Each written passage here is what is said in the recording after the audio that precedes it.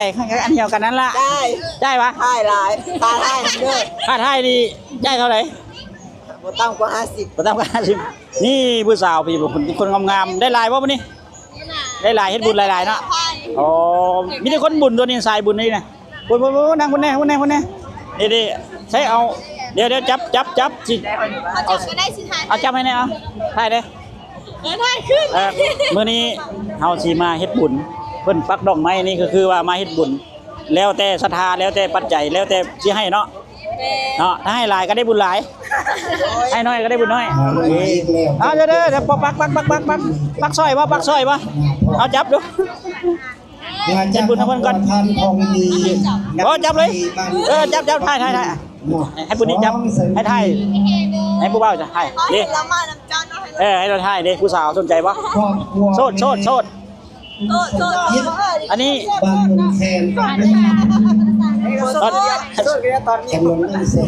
ตอนเมียบ่มาตอนนี้เฮาสิเฮ็ดบุญกันทั้งสู้ไอ้อวยพรก่อนอยู่ดีมีแฮงเด้อบุญคำนำสู่โชคหมานร่ำรวยสาธุถึงหวยของโตเด้อเอาวันนี้อวยพรนี่ถ้าถามก็ชื่อนี่ชื่อจันเพลงเค้กชื่อเป็นเค้กนะโอ้ชื่อดังดาราตัวนี้นะเดี๋ยวดิบาลิกาชื่อนี่พงอดมกบแม่ตู้ไหลอยู่ที่เมืองพระธาตุพระวาดเป็นงานบุญใหญ่ๆเนาะตอนนี้เขากำลังจะไปเบิ่งบรรยากาศอยู่ในงานว่ามีเพิ่นเฮ็ดอีหยังกิจกรรมอย่างบ่เคยมาจักเทื่อเป็นครั้งแรกเนาะและมีโอกาสได้ผ่านมาทางนี้เลยมาเก็บภาพบรรยากาศให้ทุกคนได้เบิ่งว่ามันม่วนส่ำใดและมีอันใดที่ให้น่าสนใจในงานบุญประทานนี่เฮาเลยไปเบิ่งบรรยากาศอยู่ในงานและไปกราบประทานเจดีย์หรือว่าเป็นบุญหนึ่งที่มหกรรมใหญ่ของเมืองท่าพระบาทแขวงบริคำไซตอนนี้เขาอยู่แคมป์ทางเดี๋ยวเราจะพาทุกคนไปเลาะเบิ่งบรรยากาศทางในไป let's go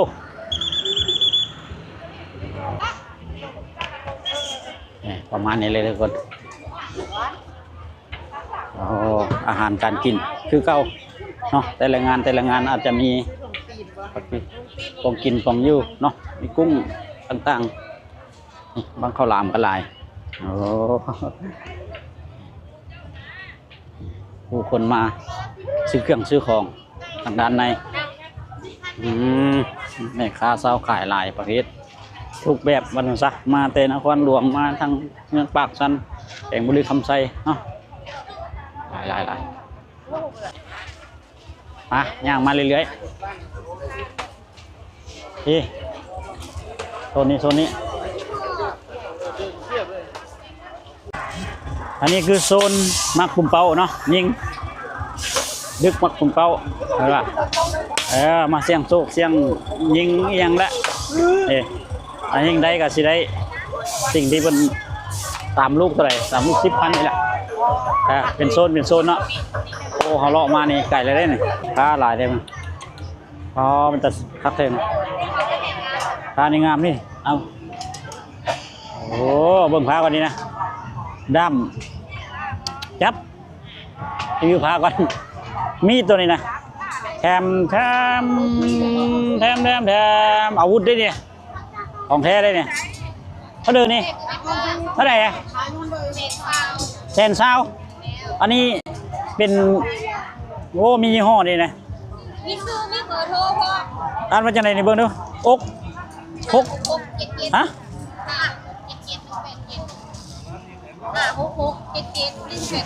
บอซื้อเขียนว่าจะไหนนี่เกลือคำโอ้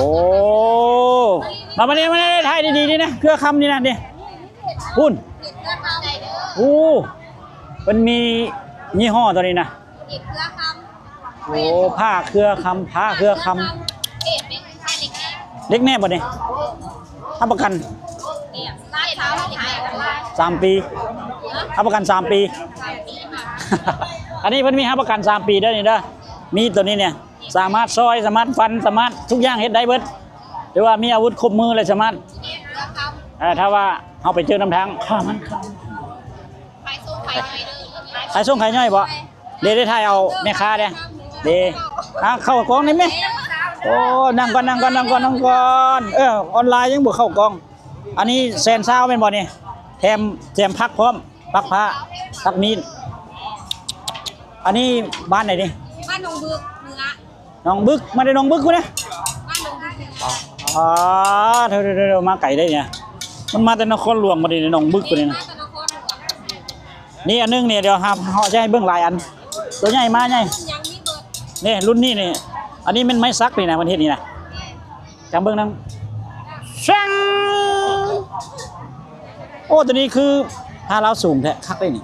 เมนทรงนี่ทรงลาวสูงแดงนี่แหนบหลายโซ่ เข้าอีหลีได้ในบ่มีอันลองเนาะลองที่ว่าของแท้บ่เอาลองอันนั้นว่ะเจี๊ยบ่บ่มีวะโอ้อันนี้มันปาดเจี๊ยให้เบิ่งเลยนี่นะโซเลยนี่เพิ่นว่าของแท้วะนี่ เกียร์อ่อนเนี่ยเป็นเกียร์ให้ ลองเบิ่งเด้อ ข้าไปขับถ้ามันหนามันบ่ได้เลยต้องมีข้าวบางนี่บางมันก็ซอยได้ เสียยี่ห้อนี้เนาะลองมันก่อนเลยลองว้าขาดอีหลีของแท้เท่านี้นะ อันนี้ ต้องฟันไว้แน่ๆลอง พวกอีเมฟฟัน ลอง ข้าวคือฟันหนังครับ โอ้นี่คักแท้นี่ซอยบ่นี่นี่ตัวใดตัวใหญ่เนี่ย ยี่เซนค่ะ เอ้าตัวน้อยก็แสนเช้า ลูกฝากให้ฝากเป็น บ่เอาฟัก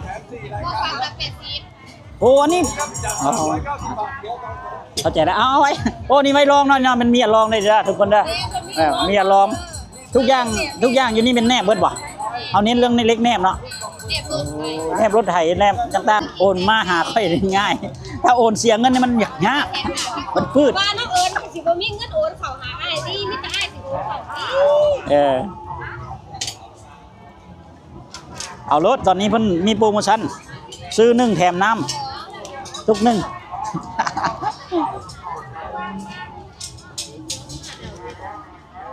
ทางนั้นขายดีบ่ทางนั้นน่ะขายดีบ่ขายมันมันเด้อสู้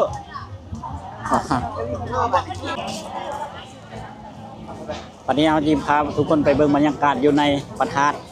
พระบาทโพนสัตว์เนาะอันนี้เป็นพระธาตุเจดีย์ที่งามคล้ายคือกับประเทศพระธาตุที่หังเนาะคล้ายกัน อันนี้ประตูคงเข้าไปอ่ะอันนี้เฮ็ดอีหยังไงอันนี้เฮ็ดอีหยังไงปักดอกไม้บ่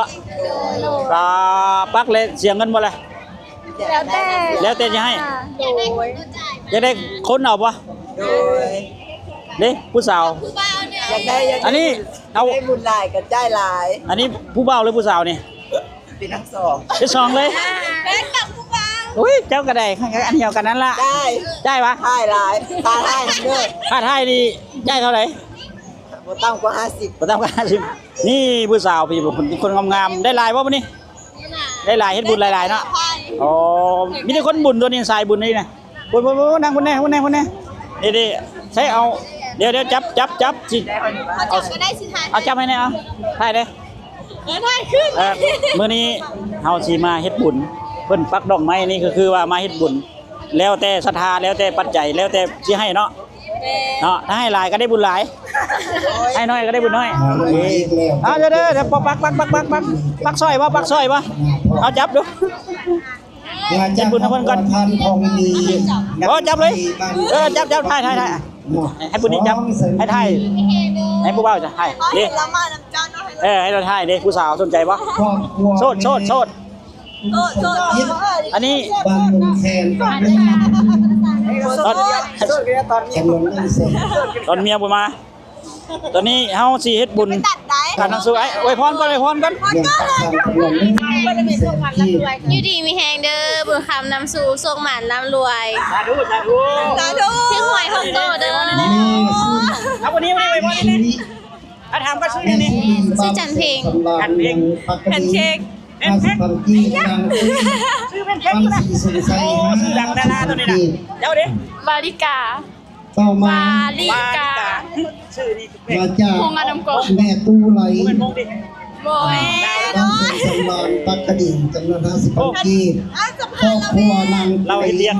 บ้านทาว มอยันนี้มอไหน โบเจ บ้าน น ปัก มอ หวัง เจ็ดสุดท้าย แม่คือกัน คือกันเลย แม่ สาวบัญชี ไปเรียนม .6 ครอบครัวลาพร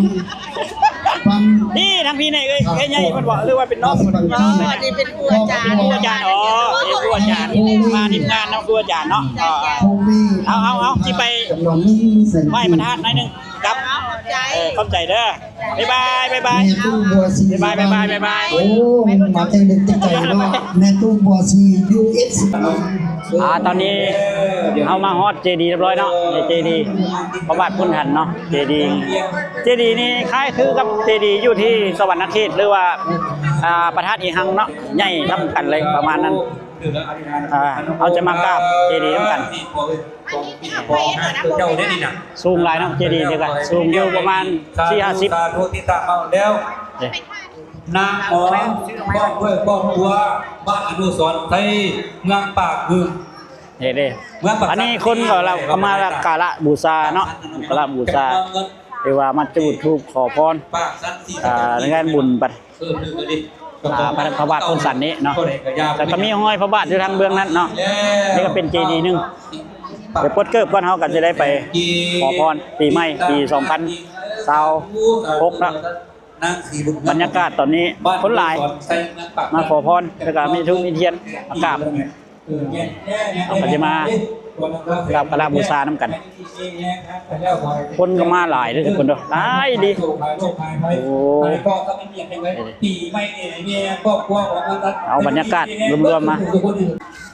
อันนี้บรรยากาศอ้อมเจดีย์เนาะเพิ่นมากราบบูชาเอาธูปเอาเทียนเอาดอกไม้เนาะมักเบ่งมาบูชาตามความเชื่อแล้วแต่พุทธหรือว่าเป็นเพิ่นว่าตามประเพณีบุญประเพณีเนาะดีเนาะทีนี้คนหลาย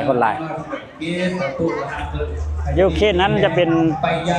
พระบาทห้อยตีนพระบาทจะไปเบิ่งห้อยตีนพระบาทบ่รักหรอกเอาไปรถเครื่องมินเขาบอกดอกวันนี้เขาจะมาเบิ้งห้อยตีนพระบาทเนาะห้อยตีนพระบาทเป็นว่าพระบาทโพนสันที่มาของพระบาทโพนสันก็คืออยู่จุดนี้คนเข้ามาหลายโอ้หลาย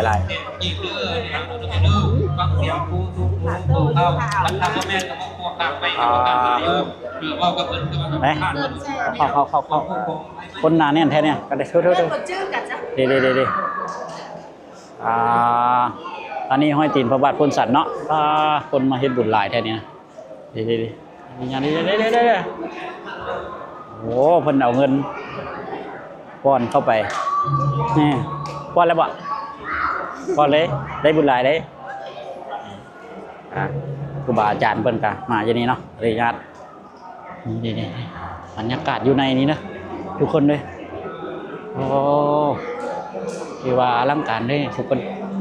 นี่ผู้ใดก็มากราบบูชาห้อยตีนพระบาทเนาะนี่เอาไปทางด้านในทางเบื้องนี้เนาะเรียกว่าคนก็มาเป็นบุญเฮ็ดสิ่งประมาณนี้เลยทุกคนเอานี่ห้อยตีนพระบาทเอาไปใกล้ๆบุญเนาะสามารถเอาเงินก้อนลงไปเพื่อทำบุญหลายเนาะมาคนหลายดีเอาออกกันไปออกไปได้